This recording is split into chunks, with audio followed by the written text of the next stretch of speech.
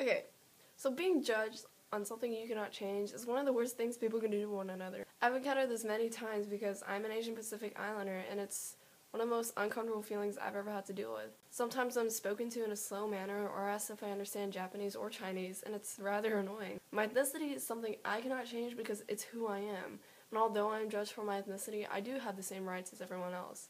But never mind me. There are other people who are judged based on their sexuality, and what makes it even worse is that not only are they judged, they are shamed, and they don't have the same civil rights as everyone else. What makes it even better is that people have created a word called homophobia, meaning somebody who is afraid of somebody's sexuality.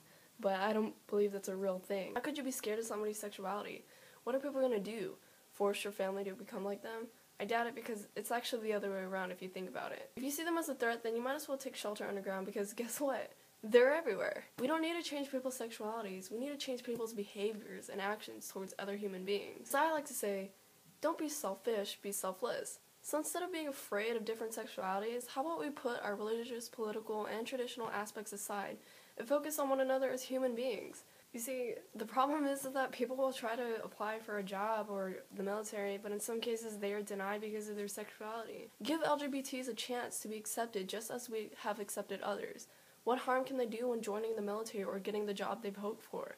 It won't hurt one bit to give them a taste of equality. According to the LA Times, Kansas Governor Sam Brownback took away all the protection rights for lesbian, gay, bisexual, and transgender workers who work for the state of Kansas. Governor Brownback stated that this executive order ensures that state employees enjoy the same civil rights as all of Kansas without creating additional protected classes as the previous order did. And many people were actually outraged by this. In the military, discrimination against LGBTs seems much worse though. According to the Center for American Progress, conservatives are attempting to make it easier for service members to harass gay and lesbian troops by establishing broad exemptions for the religious views of service members.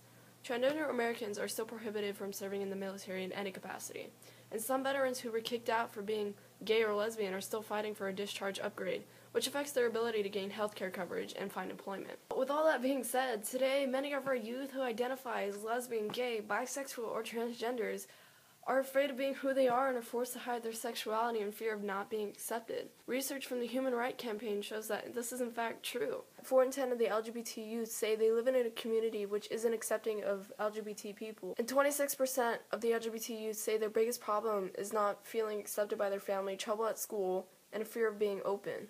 That's a lot of people, considering those are only statistics based on the younger generation. Since it is very obvious that we cannot play nice with each other, I've created a proposal that will give everyone equal rights. I decided that the best idea is to take a survey to find out those who are homophobic and simply take away their rights. This will give a general feeling of how many LGBTs feel. Not only that, the tables will turn. Homosexuals will be able to harass their own discriminators.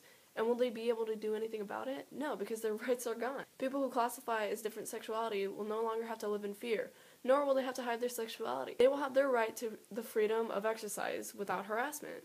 Doesn't that just sound beautiful? Well, it gets even better. We can deny a job or military service from anyone who considers themselves a homophobic, because apparently being afraid of somebody's sexuality is a real thing. Nobody likes a homophobic anyways. The only people who like homophobics are the others who consider themselves the same. If homosexuals can be denied of a job because somebody's scared of them, then we should be able to deny homophobes as well. This will give LGBTs more opportunities for employment, a better income to support themselves, more confidence, and a better outlook on life. Now I know it seems like my solutions are contradicting, but let me explain. What I'm simply doing is putting discriminators in the shoes of homosexuals to give them a taste of their own medicine, as many would say. This is something that's been needing to happen. Though I don't encourage the negative aspects of my solutions, I do encourage to take those ideas and put them in a positive aspect in hopes to make a change. Give LGBTs a chance for the better.